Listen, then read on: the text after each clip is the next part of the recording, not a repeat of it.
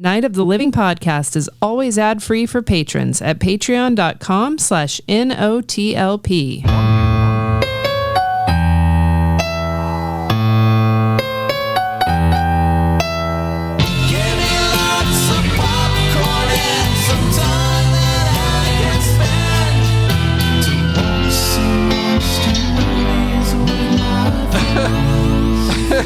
You know what I mean?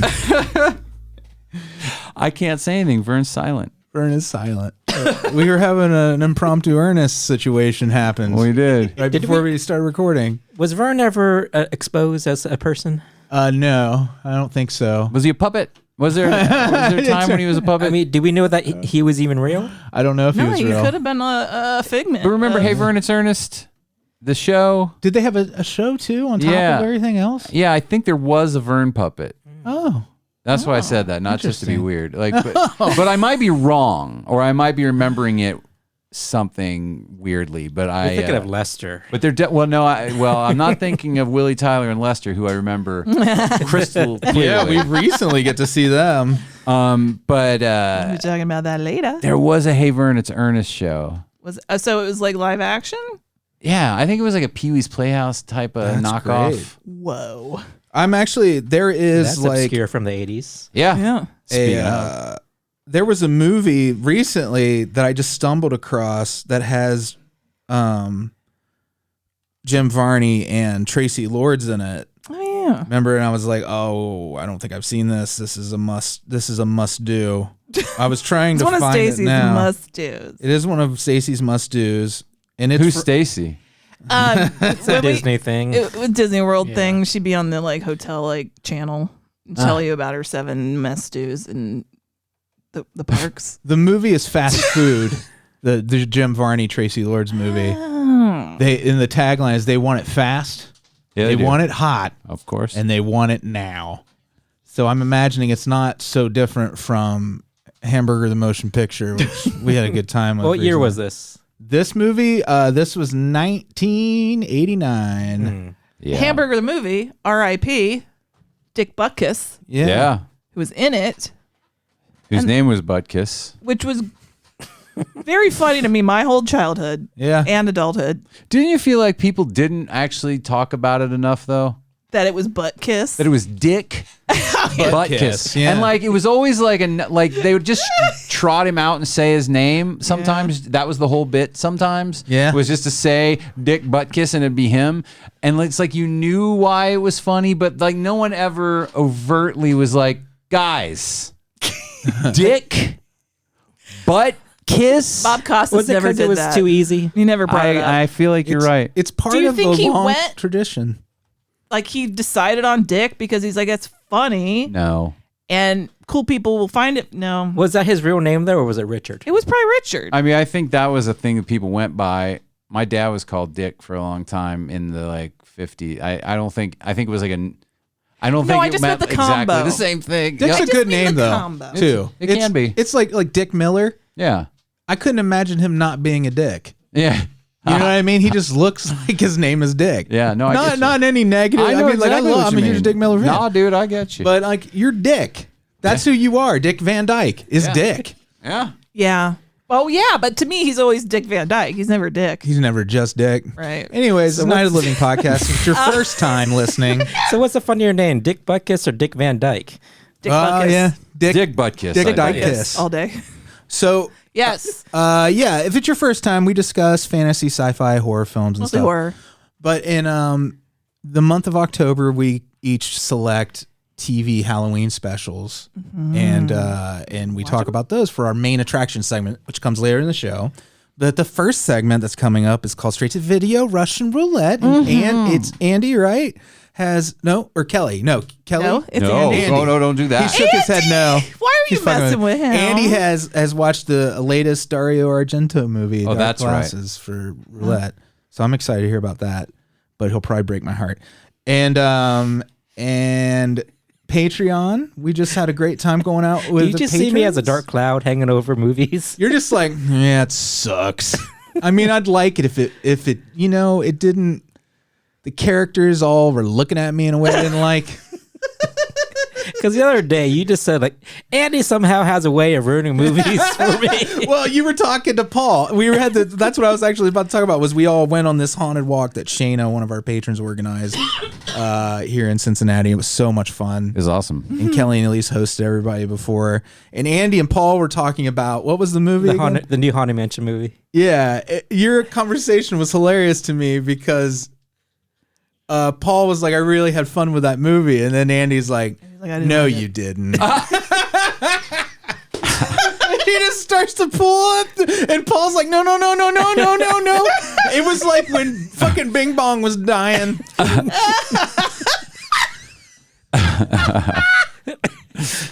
Or am I like Disney. Am I like Scar and he's like Mufasa and I'm like he's hanging on the edge? We're just He's on keeping the it and I have his Disney. nails in his hands. And I just let go. Yeah, so Andy's sorry, Paul. So It's not my fault movies suck. This haunted walk. Like, what do we want? Here's the thing you need to understand about Cincinnati. There's just bones everywhere underneath everything. Mass graves. Everything is a grave. And if you renovate any building, you're going to discover anywhere from 6 to 23 bones. Yes. Bones. And that can be sets of bones, individual bones, shards of bones. Yes. It can be Baby Emily pillows. Deschanel bones, as written by Kathy Reichs. It was the other Deschanel. It was Emily. That's what I just said. I thought you said Zoe. I didn't. Isn't that weird how your brain just I filled heard in Zoe. the I wrong heard thing? Zoe too. I heard said Emily. Maybe it's because in my Weird. It's mind blue and gold. Yeah. Zoe's the more famous one, so immediately I go to that one. Oh, maybe. Yeah. Bones. So it's a lot of bones. Yeah. And like some people are very skilled at remembering dates and names of places. Some people are really good at that. And then some people are really good at storytelling Yeah. Right. and like engaging Those are a separate crowd. skills. And then occasionally you find someone who is good at both. Yeah. We discovered someone who was somewhat good at one of those. Yeah. The thing is, we kind of just covered a couple blocks of Over the Rhine, which is a very interesting neighborhood to me. I would Google it. It was a beautiful walk. It was a great walk at night, and there's lots of there's bars and shit and partying going on, and then just drunks walking by going, everything they're telling you is a lie. In the pedal bus. And they won't pedal stop. bus. Like if they don't get the reaction they want, Drunk people walking by. they'll just shout it Yeah. until they're out of earshot, and they're still shouting it. Yeah. Was there a girl giggling with that guy? Yes. Yeah. Okay, I thought I hallucinated that part No, because that I was was- like, that couldn't possibly be. Freddie, that was a ghost.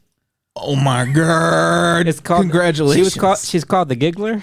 So She these, just follows people around, just So- laughing at them. Is that why she said congratulations? You just met the giggler, Yeah, and then smiled smugly at me. our that was just to punctuate the our sentence. guide was sweet and adorable, but just had an interesting way of presenting the information. Yeah, that's the nice way of saying what I And said. the thrust of the whole walk was, hey, there was a lot of epidemics, a lot of people died, and the city grew a lot, so mass graves were everywhere, and nobody really knew where they were. So when they made this thing and that thing and the other, they just dig up bodies constantly. You did a great job of Would you have leading that tipped me? tour. I would Yeah. have tipped you. She felt There like to be bones here, and there's some bones over here. she was like Mary Catherine Gallagher in a lot of respects, or at least a Molly Shannon character, adorable.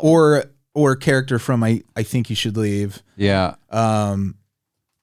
And a lot of it was she would mumble parts of her presentation. Like it felt very book reportish. Yeah. Oh, it was a book report. That's what I mean about she really nailed. She mostly nailed the facts. Yes. The numbers. But I don't think she gave us the facts that necessarily went with the proper part of the tour we were on. Well, I at agree with points that. Where she would be like, I was having a hard time really like connecting certain bits. Like, why is this a payoff? Because she would look at everyone and smile like, is your mind blown? And I'm like, no, I don't get how that part relates to the thing you said earlier Well, I about also the think sometimes fucking she was just making it up. Yeah. Well, Yeah. And Yeah, it's like, 'cause what am I going to fact check it? she was trying to cram a lot of information in, and that didn't help. Yeah. I expected to hear ghost stories. Yes. I heard about them just finding bones, and like there's a couple ghost stories. We heard about ghosts, but the ghost stories just ended. Yeah. And they just sort of started like out of nowhere. And it was sort of like someone saw a person looking out a window at them. That's the madman. Congratulations. Yeah. Congratulations. Guess who you just met? The madman, the performer. We did. The facilitator. I thought it was weird. So we walk, through Washington Park and go look at a music hall, and it's all fucking gorgeous shit. And it was, great to be out. Sure. I think we all took pictures of music hall, but it was like something out of an Argento movie, ironically. It was very cinematic, and there was so much light pollution that the city was like glowing behind the buildings. We're facing music hall across the street, and at the same time she's giving us these stories. Everybody's leaving music hall. So it's just tons of there were a lot of old people out. Yeah. I also want to say, coming out of music hall, it was like streaming out. I don't know what they were there to see. The street. Didn't the wardrobe everyone was wearing exiting music hall was also like super 70s, high end, super 70s era. They're old. They look like wealthy donors. That's their clothes from the 70s. It might be. You're right. I think you're right. But too. even some of the young people, there was a young blind guy who was dressed like an Argento character, and he was tapping his cane. Oh, that's because in Dark Glasses, the main character is a blind person. Oh shit! I'm telling you, were we in an Argento movie? We might have been. We went through the veil. Are we in the movie right now? We were in an Argento movie, but they accidentally cast. That's why your shirt's so colorfully red. Yeah, and the rest of us are wearing other clothes. Underclothes. Well, I'm not wearing underclothes, but I am wearing other clothes. Nothing comes between you and your Calvins. Right. I also want to say I'm not trying to criticize the poor woman who. Oh no! I was very entertained. Yeah, it was a good time, but I think it's because we made it a good time because we were cracking jokes to ourselves. Yeah, she was funny. We did. She took us to the front door of an apartment building that a murderer lived in that in the 80s kidnapped a news anchor, news reporter from WCPO and made her film him telling his story about how mad he was. He took her hostage on air, didn't he? Took her hostage, and then he ended up killing himself in the studio, but he had also killed his girlfriend back in this apartment we were just standing outside of and hearing that maybe there were ghosts there. Where people were still living. And yeah. I noticed a couple of people were looking out the window and putting their blinds down. Yeah, because we're standing right there. They're like, oh, geez, this Very again. uncomfortable. Well, yeah, they know they know the drill. They're like, oh, here she is. I'm Yeah. gonna shut the window for a while, you guys.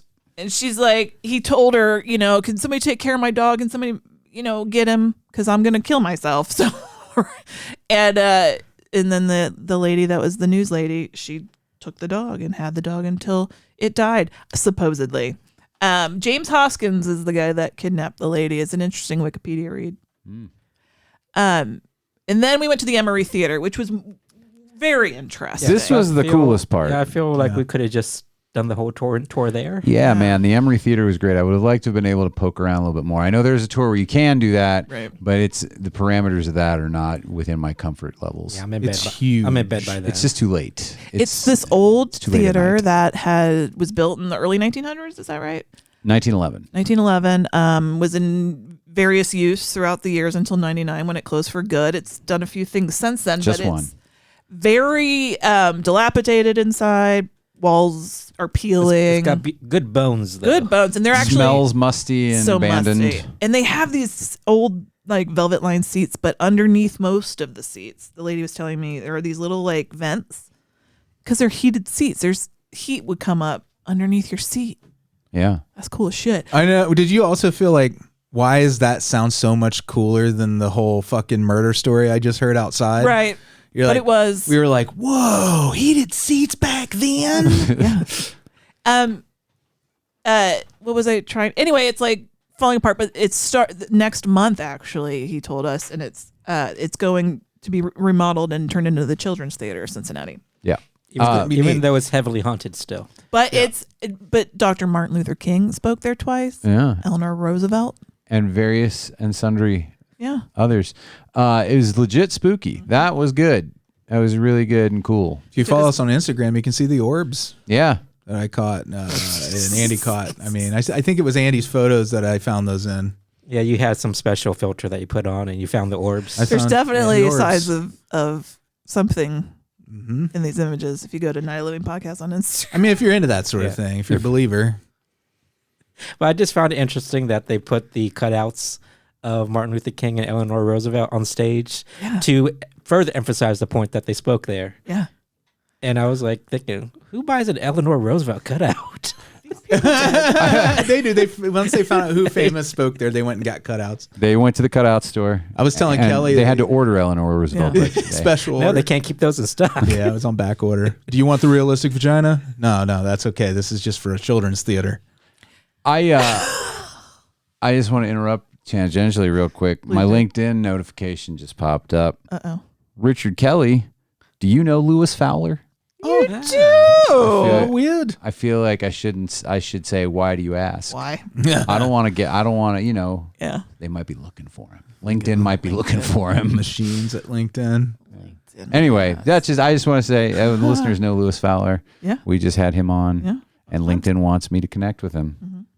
Make the love connection. Did you do it? We'll find out. We'll be back in 2 and 2.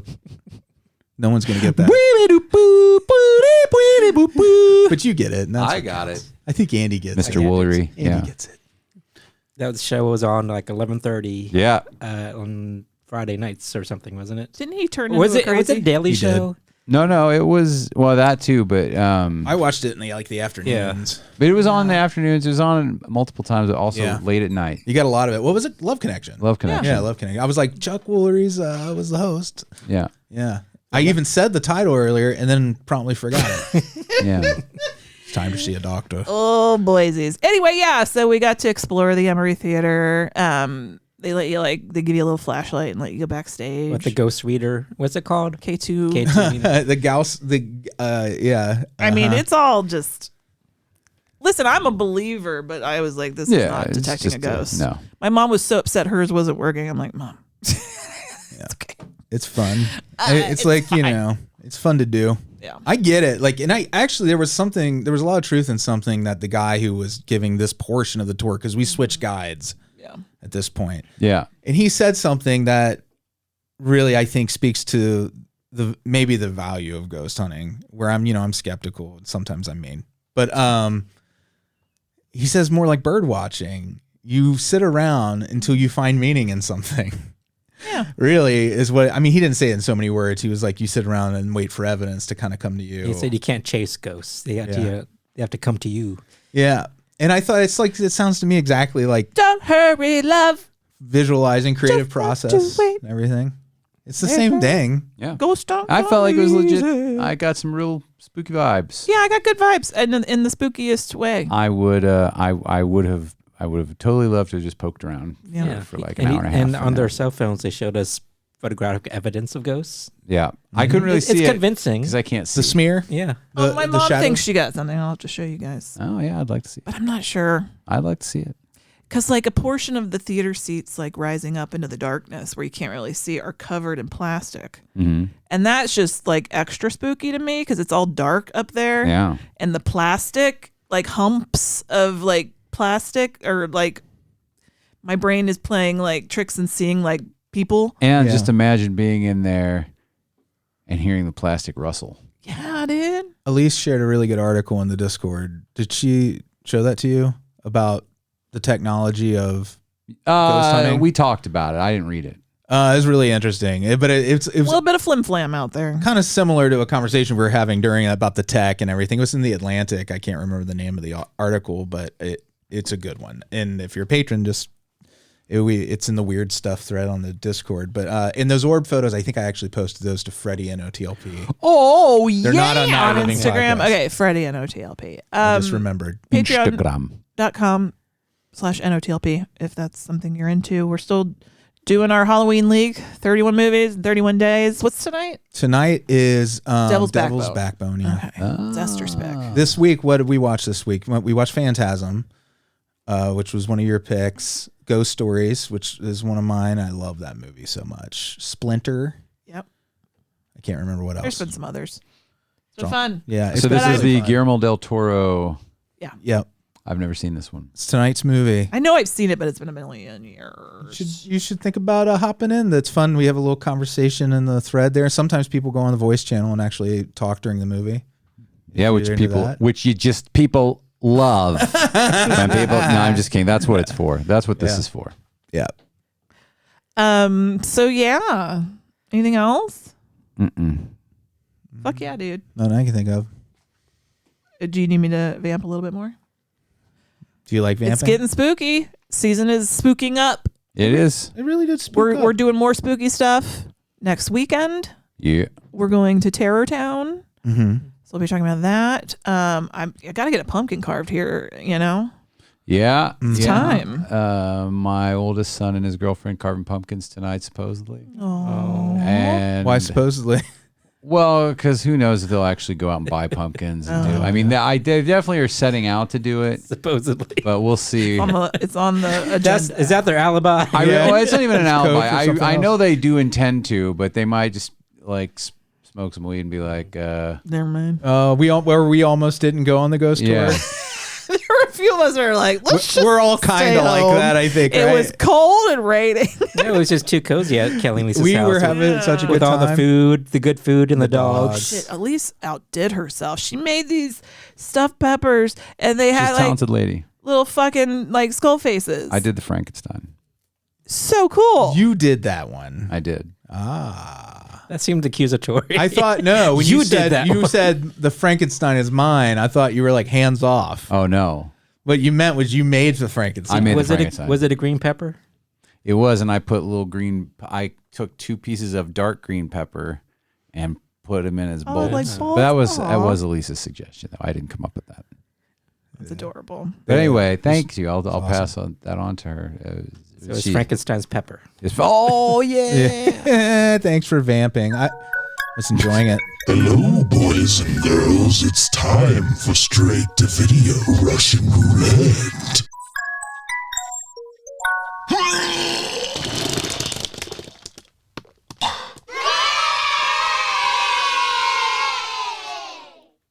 What you got? What you got? What you got? What you got? All right, dork glasses. Dork. The glasses are dork-sided. Oh, shit. I'm not going to break your heart too much, Freddie. Oh, really good. I enjoyed this movie, but it did not, because I was looking it up. I don't go to the reviews, but I just saw the 51% on Rotten Tomatoes and 5.1 IMDb. That's pretty decent for a horror movie. For a horror movie, that's not too bad. But it kind of upended my expectations, because you hear Argento, you expect like pure giallo, right? Yeah. This had glimpses of giallo, but not really. You know, like with like the POV shots and the killer and the mass, the kills where like somebody just sneaks up on you and gets you. They have those in They this? have those. Oh, okay. But it's not. It's too grounded to be not grounded, but too serious. I know what you mean. So is it not flashy like his No, older stuff? it doesn't have it. Like, to me, giallo is like their own world. Yeah. Like it's very exaggerated, Artificial, and- kind of. Yeah. But this one is more grounded, but not grounded in the sense that it had some serious things that kind of brought it down a little bit. It was a little heavy at times. Oh. No. So the premise is that there's this serial killer targeting prostitutes. No, that's what they call it in the. We don't use that word anymore, right? Sex workers. Sex workers, but that's what they call them. I think you're okay. in the description. Yeah. That's also what the Osbournes referred to them in their Haunt show that I watched by accident the other day. So, by accident, you slip and fell into the show. Yeah. Sharon Osbourne was like, "Is this where the prostitute was murdered?" And then they're like, "Yeah, this is where the prostitute was found hanging, gutted." She's like, "Prostitute." Jack Osbourne comes in. Is this pork? Is it pork? That's I love an him, inside joke because he ordered pork next to us. He has an accent, so yeah. we made fun. We didn't make fun. We were like, it's adorable where he said it. It was adorable. Yeah. It was out of At love. Horror Hound Weekend. He was standing next to him. This has been my life since. Every night we're like, remember that time? Is it pork? Where he kept asking, "Is it pork?" But Amy hears it. they didn't in her understand dreams. he was asking it. She wakes up. It was. Saying, it is. She wakes up. Is it pork? It was more the back and forth of You've already told this story. It's of okay. Donnie not understanding. He was saying, "Is this pork?" And that made it funny. So anyway, there's a serial killer Yeah, targeting sex workers, and that's the killer of the like there's always a mysterious killer in giallo movies. Right.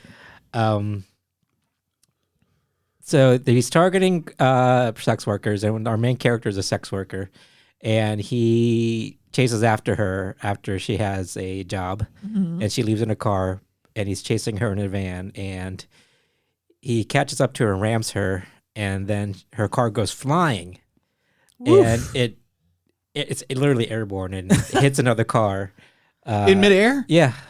Well, her car's in midair, and she hits the other car that's driving, Okay. and Lands then on it. it kills two people in the car, and there's a kid in the back seat, but he survives. And the accident blinds her, Okay. Mm-hmm. but she's unscathed otherwise. That's it. Just her eyes were that's targeted. why, like, there She are got the eyesight knocked out of There her. are some because that's the the very giallo parts. Like it's a silly movie, yeah. but Elsa, that's rude. not necessarily fun silly. It's silly. Oh. You know what I mean? Yeah, I do actually. It's silly. Yeah. It is silly. You know how like silly gooses are a thing right now? People are saying you're such a silly goose.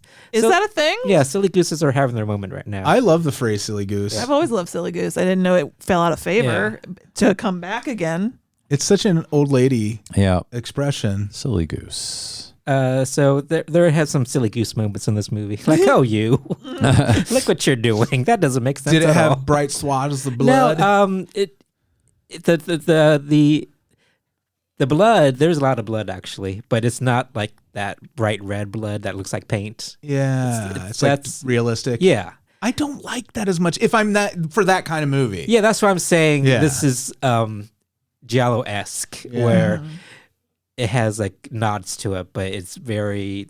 There's no color palette really. Mm-hmm. And everything is like more grounded, like I said. So she's blinded, and then the parents are dead, and there's an orphan now, and She's a blind orphan. no, No. like the No. sex worker's blind, but there's And then the kid in But the the car. orphan is The sighted. kid is not the one who is blinded. Okay. No. The sex worker Yes. was blinded.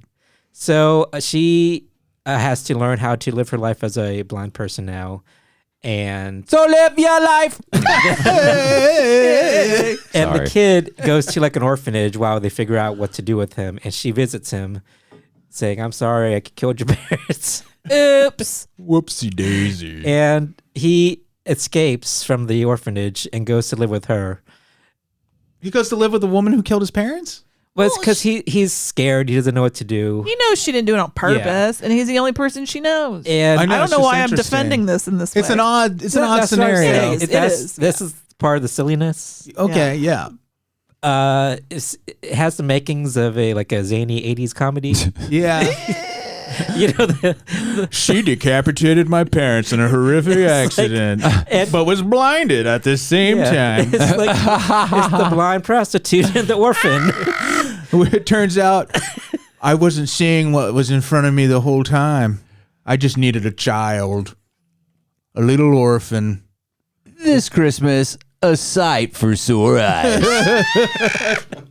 Dario Argentos. I want to apologize. I was just bitching about being interrupted. I wasn't really bitching about being interrupted, but I interrupted Andy straight to the That's how all the reviews are like. So Moo. we're all used to interruptings. I tried to keep it short, though. I threw an interrupting cow in there without setting it up. Because I'm a bastard. I'm not saying shut the fuck up, but shut the fuck up. These are little bits from the origins we just recorded, which is on our Patreon. We have an old saucy episode. This is when we used to mud wrestle on the show. Ooh. Yeah. Couldn't afford Jell-O. We had to go out and just I dig mud I up. thought you were gonna say we were wrestling in sauce. That's why it was saucy. It's more of a roux. Yeah. It's a roux. It's a gravy. It'll rue the day. So he goes to live with her, Okay. but the whole time the killer is still trying to get them. Okay. So, and at one point, there's a lot of downtime between killings, Yeah. and she has to figure out, like, oh, I haven't worked in a while. I need to get back to work, back to the streets. Streets, Back to the grind. But she has to. But her At pimp one- wasn't ADA Yeah, but compliant. she can't go to places now, so the Johns have to come to her, and she's servicing Johns while the kids in This the is no home for this kid. This Everybody is not wants kids to in work the from home. house. It's that damn pandemic. So that was kind of like, whoa. good. Yeah. Well, That's how you make serial killers. Yeah, that's that's- what happened with Charlie Manson. yeah. So there were some like really heavy moments like this that kind of took me out of it, where it didn't jive with the like synthy score. I don't know if Goblin did it or not, but it has like those It does have that kind of Yeah. standard Argento Yeah. sound. and it didn't jive with the wackiness of the blind prostitute and the orphan with the actual sex work Yeah.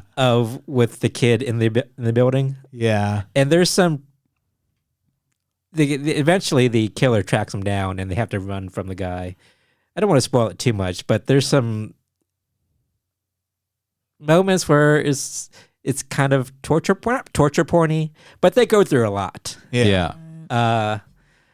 Haven't they been through enough? Yes, exactly. Oh And my I don't need to Lord. see a serial killer kind of brutalize an orphan and a blind woman.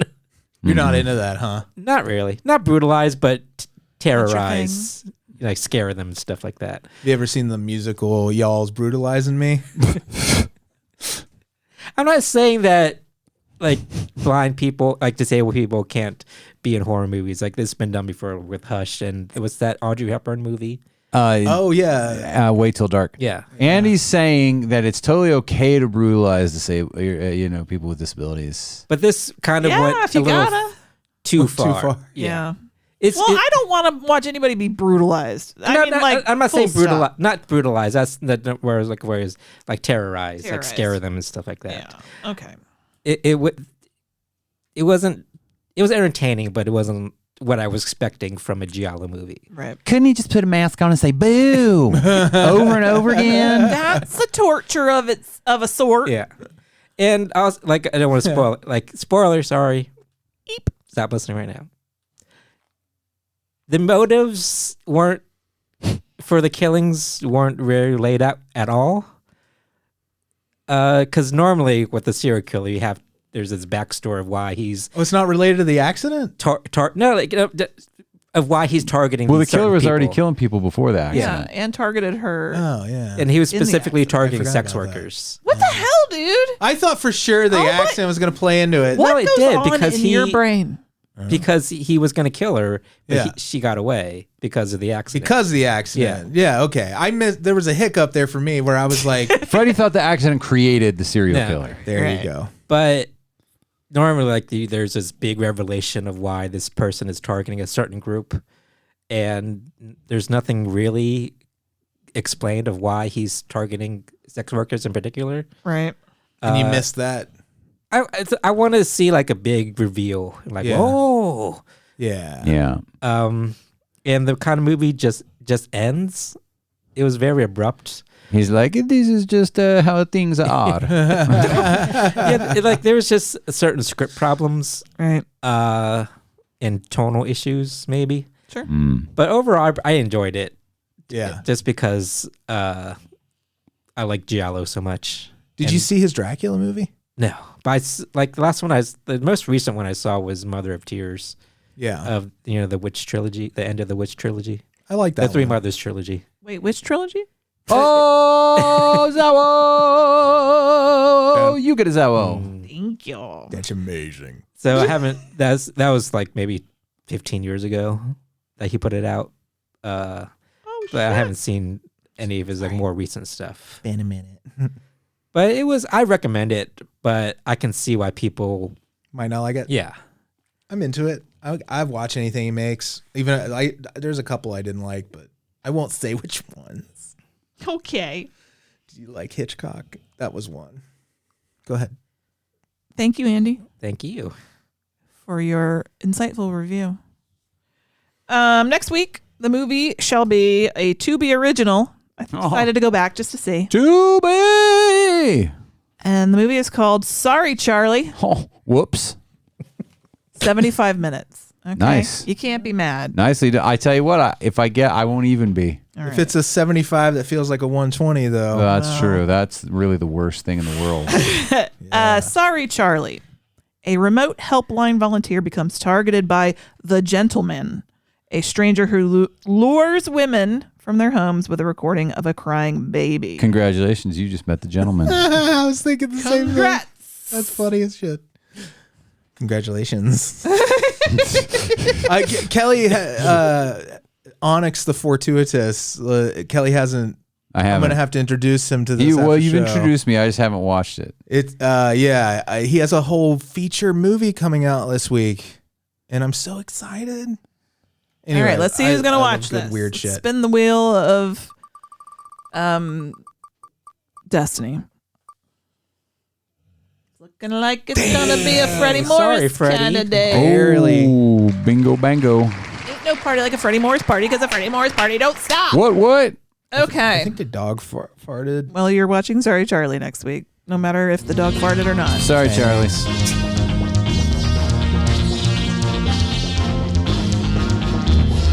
Turn out lights, it's the main attraction.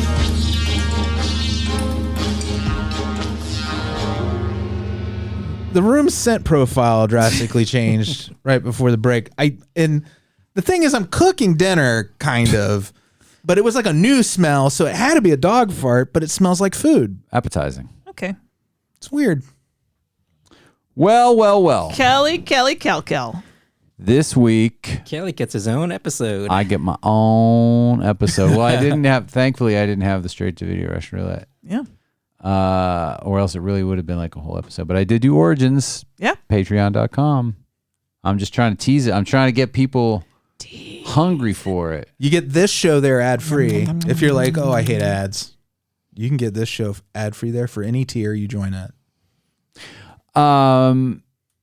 So this week, this year, I chose one short Halloween special, short-ish, and one feature length. One I have seen many times in my life and is somewhat important to me. And one I had always wanted to see and was like, oh. So which... So Were let's they? start with the one that is is important to me, and that's Bunnicula. Ah, yes. I thought it was going to be the other way around, actually. Oh, no. Oh, no. No. Bunnicula. I used to read the books when I was a Bunnicula. youngin'. Great There were books. books? Me too. Yeah, they Yeah. started as Series? books. Yeah. Yeah, I know he started as a book, but I know there was a whole series. Yeah. Yeah. Yeah. Bunnicula, the Celery Stalks at Midnight, Holiday Inn, Nighty Nightmare. Nighty Nightmare was the last one. I aged out after that one. The Bunnicula Supremacy. Yeah, the Bunnicula Supremacy. Bunnicula. The Bunnicula Code. Get Down. The Lost World. And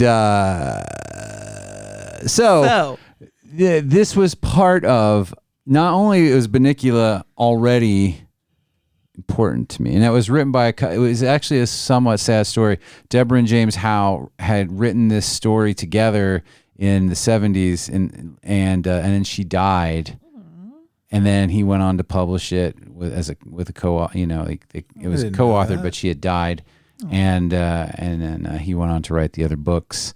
But anyway, Sweet. yeah. So not only was I into that because I was into scary stuff as a little kid, quote unquote. Obviously, this isn't scary, but it's vampire. Yeah. But also the ABC Weekend Special was my favorite thing on a Saturday. This is what listener. There's at least one person who's about to quote, who's going to say what I'm about to say. Because Tim does this to me sometimes. He actually did that to me a couple times. You listeners, you probably don't know Tim. Some of you do. but he kind of made me realize how many times I've used certain phrases and how many times I've told certain stories. Because he quoted the phrase to me. But I hated wrestling. Hated it. And this was wrestling's glory days. This was Hulkamania. Yeah. Deep Hulkamania. Yeah. I did like Hulk Hogan's Rock and Wrestling, the cartoon. The cartoon was good. I liked the cartoon because it was a cartoon. Hated wrestling. And all my little friends loved wrestling and insisted that I watch wrestling. And all I wanted to do, like, I was so bummed because after the weekend special, or sometimes even before it started, wrestling came on. I just wanted to watch the weekend special. They made books into little shows, and I liked books as a little kid more than I do now because I haven't read a book in a really long time. But Okay. Because you're not reading children's books. Well, I do. You know, it wasn't that long ago. I had a copy of. I won't say Super Fudge because you're gonna make a joke out of it. It wasn't that long ago, and I had a copy of Tales of Fourth Grade Nothing in my bathroom. I love that shit because it's just a good book. But it would have been the name Super Fudge. And Super Fudge being the sequel, and I did also have that. Yeah. I gotcha. We deconstructed it before it happened. We defused the bomb. We de-escalated the situation. But The bomb still Pooper exists. Now it's just a landmine that people could step on later. a big pile of shit to step in. Yeah. I immediately, did you guys watch the version with commercials? Yes. So when they showed the one from the next week, I absolutely remembered All the Money in the World. Like That one looks great. It was great. And I was like, oh, I know. Let me tell you all about this one. This is where the kid wishes for all the money in the fucking world, and he gets it, and everything goes to fucking shit. Yep. And then the commercial happened, and we could have done that for Monkey's Paw. Bore me out.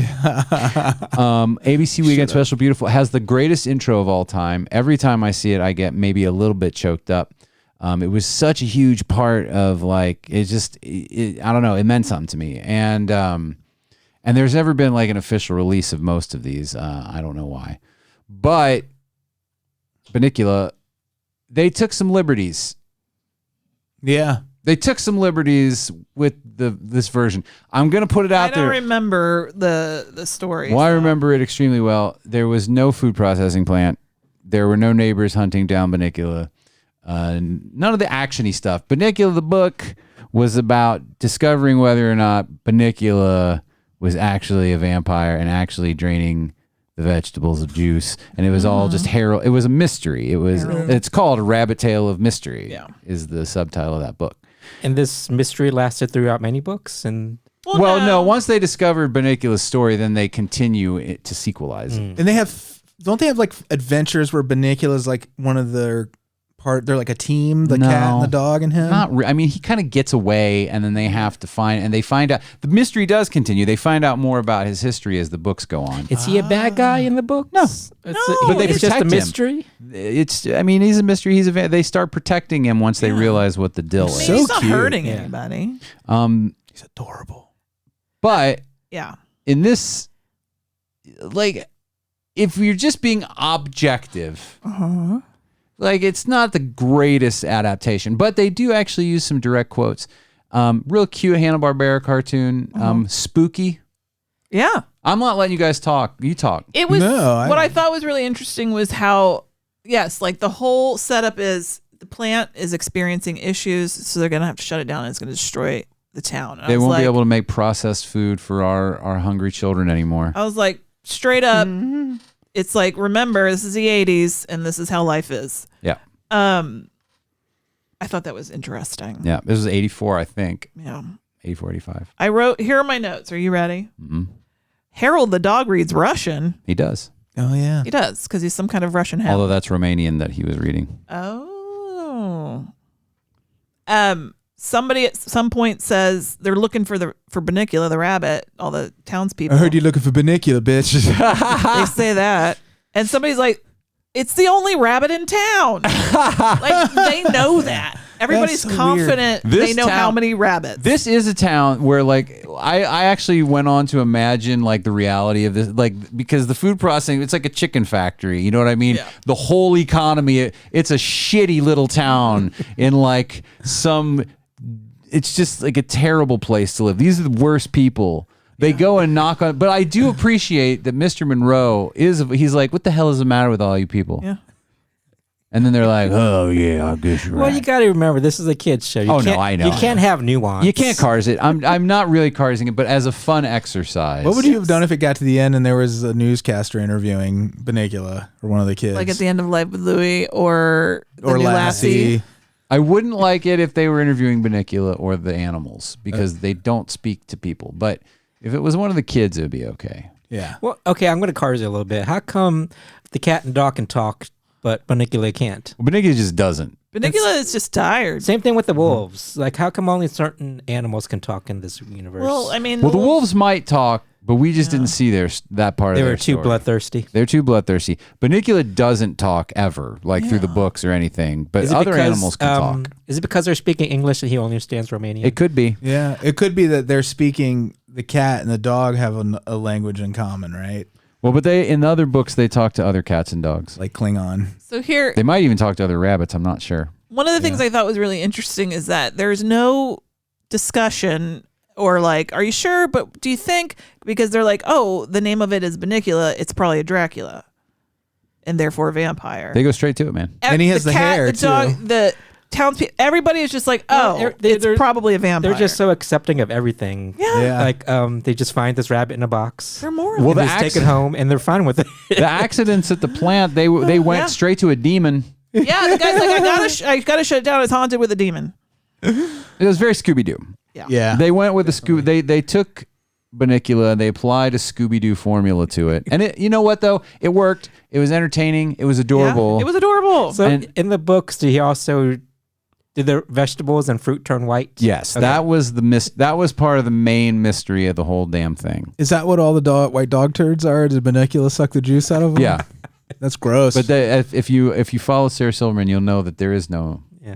where all the white dog duty goes. So the And, first, and also, was like, does the lettuce have juice? Because they found, lettuce juice. I ever know they have water frozen it? content, but I never, because they found it a lettuce head and it's white. oh, and they Andy, said, you haven't lived it's until been you've drained had of the juice. dry lettuce. I just never heard of lettuce juice. I'll make you a lettuce juice when the show's done. I got some leftover shredded lettuce. It's pretty brown and juicy. okay, do we want to talk about the version we watched Jeez. was on a YouTube channel Fuzzy memories. and they left commercials intact. Oh my god, this really like this shit just hits me. 80s toys. So Yeah. There was it's great. a commercial for the Return of the Jedi board game. I don't remember this. I didn't have either. remember that. no memory of this. It doesn't seem like a game that you can play too often because all you It's do intense. is want to knock people into the Sarlacc pit. You Yeah. know that shit has to be insanely collectible. It has to be real expensive because neither you or me recognized it, Yeah. and we both grew up on Star Wars. So I'm sure I it knew about it at the time, probably failed. It was probably one of those ones they didn't make a lot of, which are even more collectible. right, and it looks cheap. Like Yeah. even in the ad, it looked cheap. Yep. Then there was a Strawberry Krispies cereal commercial. I don't Shit was remember. the bomb. I don't Strawberry remember Krispies. Strawberry Krispies either. I remember the commercial a little bit because I remember the girl going, "I'm a strawberry" or whatever it was she said. Like I remember that, but I didn't remember the product. Yeah, it was good. Then we had the Barbie Real good. Dream Store fashion department. Oh, that's what I had on my boner right there. You know what made me a boner, and what was I thought way better than What any made Barbie me a toy boner? was the strawberry shortcake toys. Oh Strawberry yeah, shortcake. Those Looked- shit were detailed. Very happy looked home. Huge and so detailed. I wanted strawberry shortcake toys so badly, and didn't feel like I could ask for them. yeah, because They were the best gender toys. constructs. Yeah. I had They smelled so good, Kelley. I know. They did. I played with them when I got the chance. When I had sheets I had a lot of and girlfriends. pillowcases. That were strawberry shortcake, and I had See, I had curtains. Return of the Jedi sheets. Y'all remember Glowworm? I love Glowworm. The Strawberry Shortcake Berry Happy Home was by Kenner, which was a Yeah. Cincinnati company. right. Did all the Star Wars shit. And then there was a Donkey Kong cereal commercial, which I don't remember. with that existed. Mario. Yeah. Did you ever eat that? Tasted like Captain Crunch. I never had it, but Only I imagine harder. the barrels. Yeah. I think everything tastes like Captain Crunch. All those like one-off They did Mr. T did. cereals. Yeah. I think they used the same cereal and just changed the shape and the label. It was all sweetened cornmeal, just basic. Yeah. But they all cut the roof of your mouth that way. Yeah. They were like razor sharp. Oh yeah. So that was a lot of nostalgia to get me all choked up and weird. But I love it, and I have seen Bunnicula a few times. The first time I found Bunnicula on YouTube and watched it, I don't know, some 15 years ago or so. I really did, like, I was probably a blubbering mess. That shit really fucks with my brain. But way back. But anyway, that was Bunnicula. Really great. I was saying I would have bought some of those animation cells. There were some beautiful cells. Yeah. It was like the Hanna-Barbera, like house style too. Like, yeah, exactly. Which is good. It is good. So let's move on to the Halloween tree, which for me, and I'm interested to hear how you all felt. It was confounding because I wanted to love it. Ah, yes. See, and there were parts of it I loved. Yeah. Okay. Yeah. So, and there were moments like this will be a great live action movie. Yeah. But if they streamline the story. Yeah. The story itself was kind of confusing. It was. Well, it's a whole book, and which I've never read, but Alise has read. And I really was like, oh, I finally have an excuse to watch this. It's from '93, same year as Nightmare Before Christmas, just to give you some perspective. I'll tell you, there's a lot of. They must have been hanging out. You would think, and this dude. You would think, but it would have had to have been in production at least as long. You know, it's weird, but man, I wanted to love this too, and like you said, there's stuff I did love about it, right? But I didn't like the villain. I think he was the part that I didn't care for. Okay, I was so confused about him. What was he? Well, in the book, I think he's like a representation, Is he basically, like of death or something. Yeah, that collects souls on Halloween. Yeah, he's something? not really a bad guy. He's just a force of nature. Yes. Yeah, and I'm a big fan of Bradbury's my favorite writer. Yeah. But Stephen King's a close second. It just wasn't conveyed very well what he was and what the big conflict was. Yeah, yeah. For me, I had seen this once before and did not like it. Because I love Ray Bradbury books. I think that they are rarely captured correctly. It was narrated by him. But him narrating it, the second time... Illustrated Man, great Bradbury movie. Illustrated Man's great, and Somewhere Wicked This Way Come. Yeah, I love both of those are really and good. I love Ray Bradbury theater, but none of them capture what it's like to read him. True. Like, because there's something about that feeling of... filth. Especially when he's like describing his narration, which I think is from the book, almost word for word, about all the way the house is.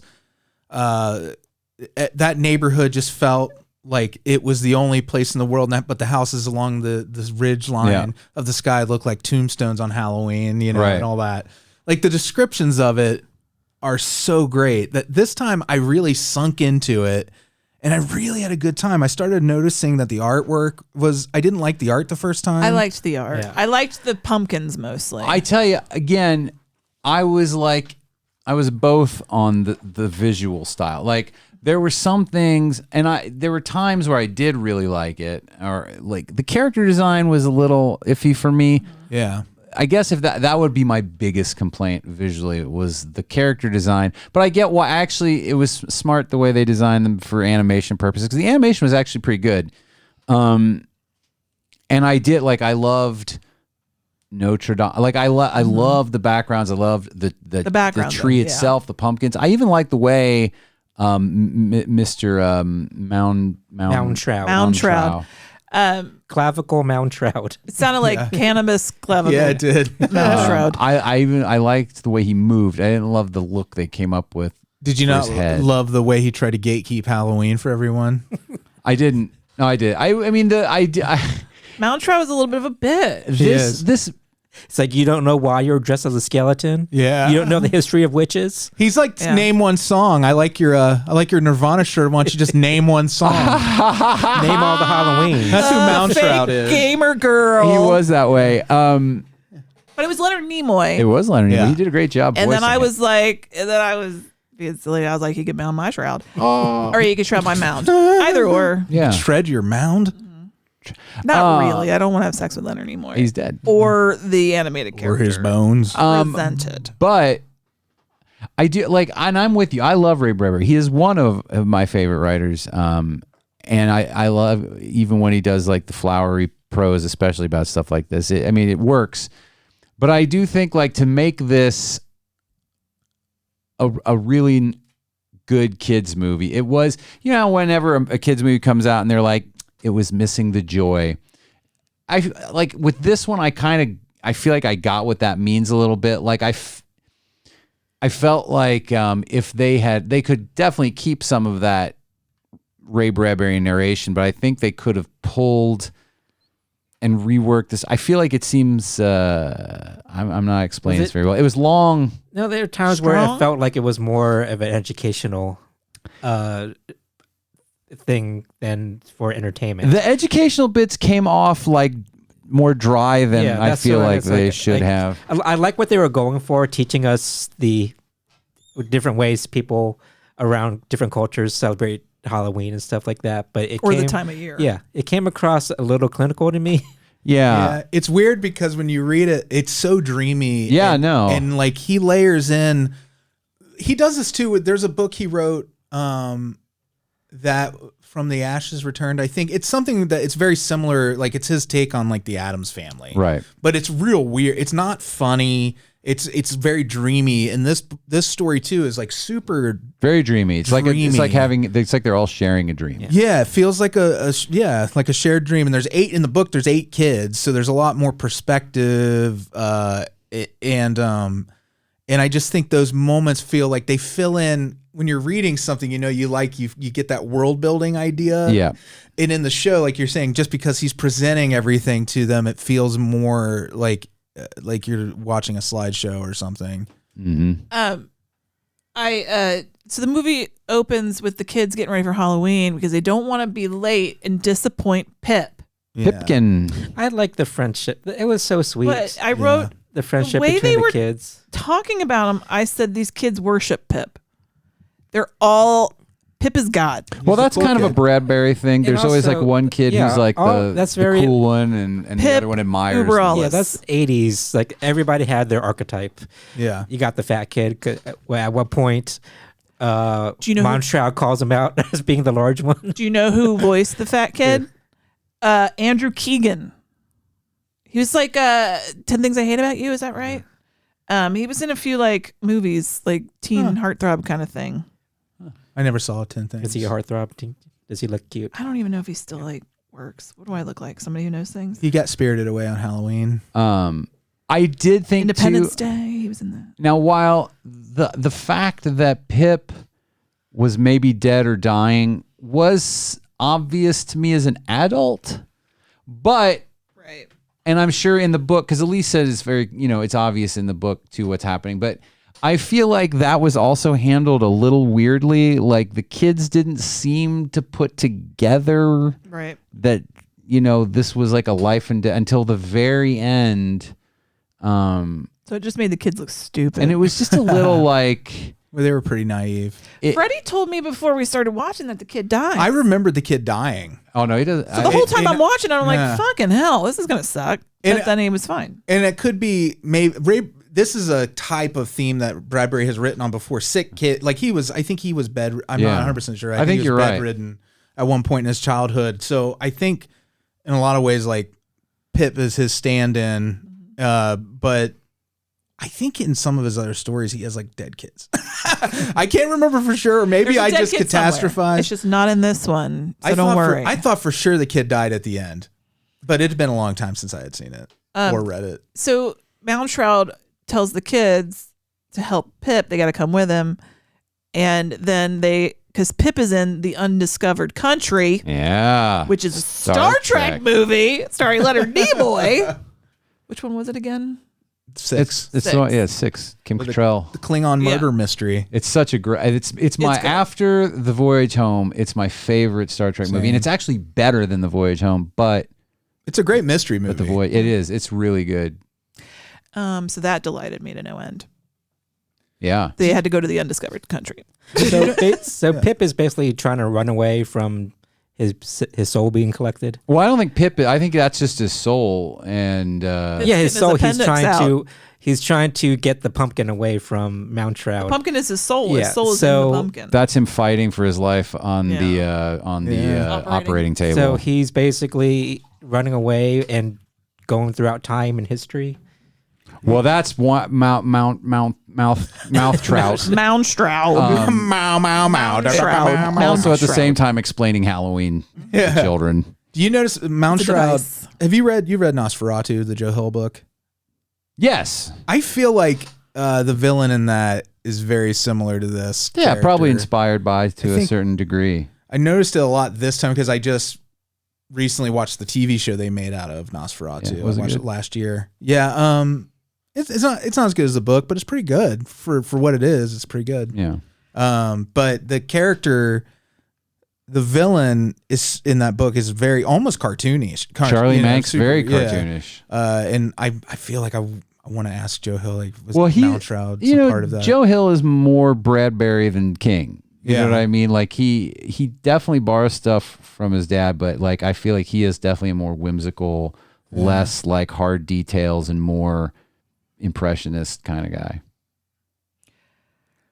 I wrote here, Tom basically wished Pip would die so he could be the leader of the group. Mm-hmm. Tom. He's just a stupid kid. They don't know any different. I know, you're right. They don't know no I forgive different. him. They're dummies. This is something like I felt going in. I'm like, wow, I wonder if this is something like that will be like very meaningful and we'll watch it every Halloween. But it left me a little cold. It was missing a spark. Yeah. I like the idea of it because I love anthologies, and it gave me a nice warm Halloween feeling. Right. But just the storytelling was just very convoluted.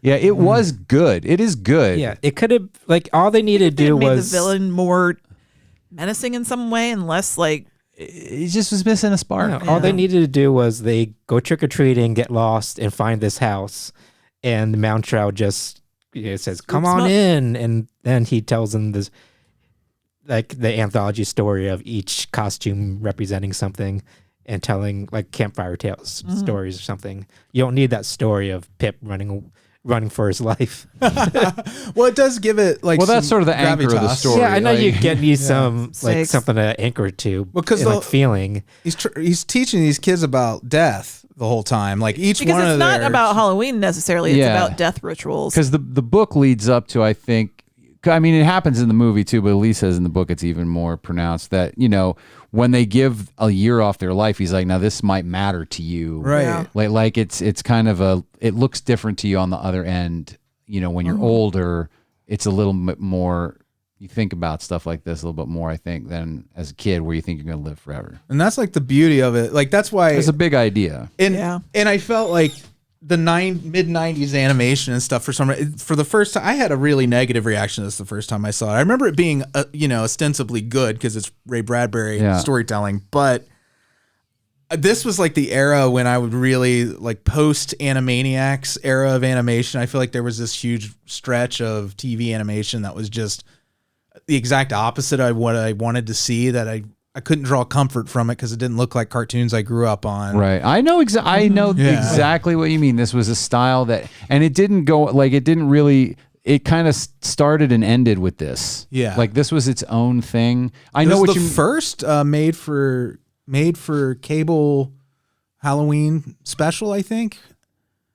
What are you looking at me It's for? in the trivia on IMDb, but it was like, how would I know? It was TBS, but I thought that was interesting. Yeah. And so, I mean, and it was good, but again, it didn't have that special something. It didn't have a warm feel to it for me. It was like, and I like the ideas. I liked a lot of things about it, but it wasn't what I was hoping it was going to be. Do you feel it would have helped? And I think, Andy, that kind of like, this might have filled in some gaps. If you had if they had added something showing what these kids were like not on Halloween when Pip was well, like start it with that so that you have some sense of that. They try to tell this to flesh out the kids' relationship with all the, because every time one of the kids tried to like save Pip, they said like, remember you helped me do this and that. So they did flesh out the relationship with the kids. But I mean, you don't miss it being front loaded in there. Did you feel like you were thrown into like a surreal situation too quickly? I was like, who the fuck is Pip? Why has he got these kids freaking the fuck out that they're gonna be late for him? Is he gonna hit them? That's what I was thinking. Or what the missing tissue that you're probably talking about more is when you say that that's really in the stories themselves. You felt like I don't know. It was just the whole. It was the whole. It didn't quite work. They tried to do too much. That's what I'm trying to say. Yeah, I can see that too. Much better as a book. Yeah. Although I don't hate it now. Like, and I didn't really hate it, but like I actually, and it might have helped that I was a little stoned when we watched it. I sank into it in a way where those things that really bothered me the first time too, where I'm like they just left. They did not capture what it feels like to read this story, even remotely, even with his narration. It felt for me, missing. the first third was very, very strong when they were about to go trick-or-treating and you saw the kids in the costumes walking around in that small town, and then they're on their bikes going to the woods and the trees are kind of grabbing them. Yeah. And they finally get to this house, and I was expecting all these spooky stories, but it was the way they told it. Yeah. It didn't. And he didn't come here to learn. Yeah. I get it. I liked it academically, rationally. Yeah. I liked it. And the story connects with me. Like the themes of that story connect with me. I should read it. That's one I've just never read. But it's not very long. I think it's like a novella maybe. Yeah. Well, I think it's I think it's more or less a kid's book. But yeah, this movie just for me was lacking sort of the energy and verve of what I want out of something like, say, you again, just I'm not trying to compare them, vastly different things, but like The Nightmare Before Christmas has this, it really sucks you in and pulls you along. Yeah. And this, you're kind of like, okay. Yeah. Okay. Yeah. Oh, I see what you're doing. It is leisurely, and it's I liked the big tree full of the pumpkins. I like there are a lot of Jack-o'-lanterns. things I really loved about it. I thought that was really beautiful. I was like, how cool would that look as like a back tattoo? This big, huge tree with all these lit up jack-o'-lanterns. Yeah. Anyway. Very cool. I'm glad we watched it though, Kelley. Me too. I'm glad I finally did check it out. Did you know there's a Halloween tree at Disneyland? Oh yeah. Really? Yeah. is it the Halloween? Is it supposed to be? the Oh, Halloween is it that one tree? Did It's we the were we by orange. it? It's the tree in Frontierland.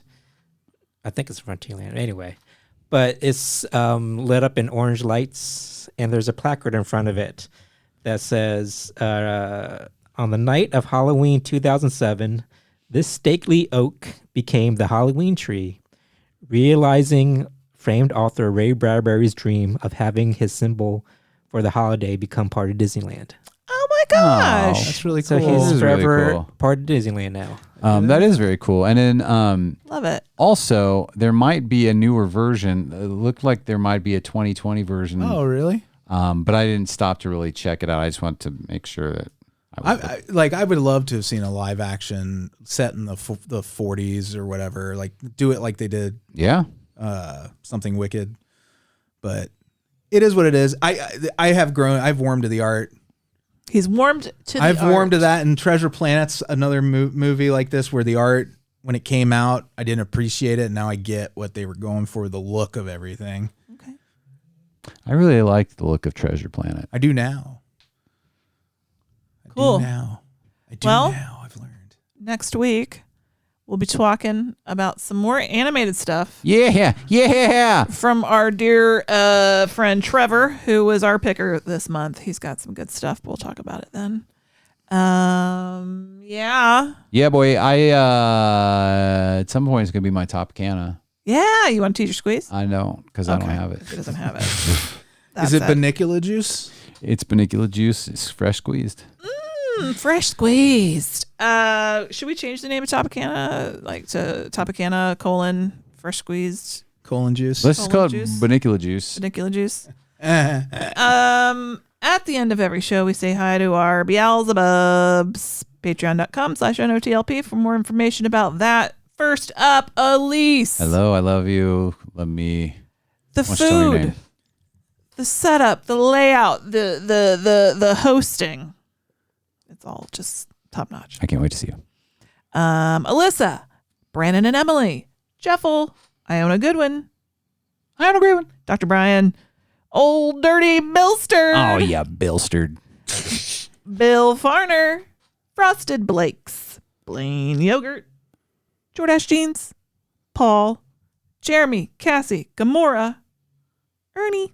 Paul, thank you for those lovely gifts, by the way. Paul made the most awesome magnets. Others are those. They glow yeah. in the dark. We'll post a picture of them soon. Did you irradiate them? Am I going to get cancer? Dave Siebert. Is that his long game? To give us cancer? Yeah. Just with So you can special finally paint. stop patronizing. Oh, you son of a bitch. He's like, I'm going to listen for years and years and slowly become friends with them and then give them magnets. Then poison them.